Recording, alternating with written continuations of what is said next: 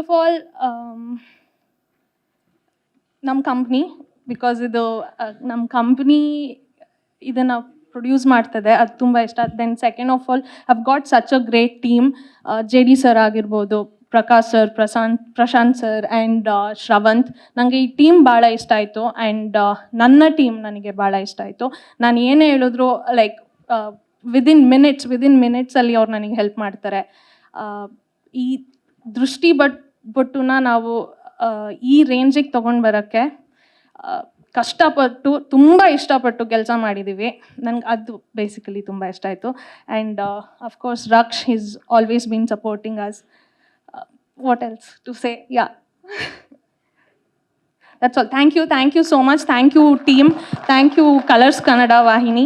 Thank you so much. And Nanna Viji, thank you so much for being a part of this. And yeah, I don't know, I just only can say thank you.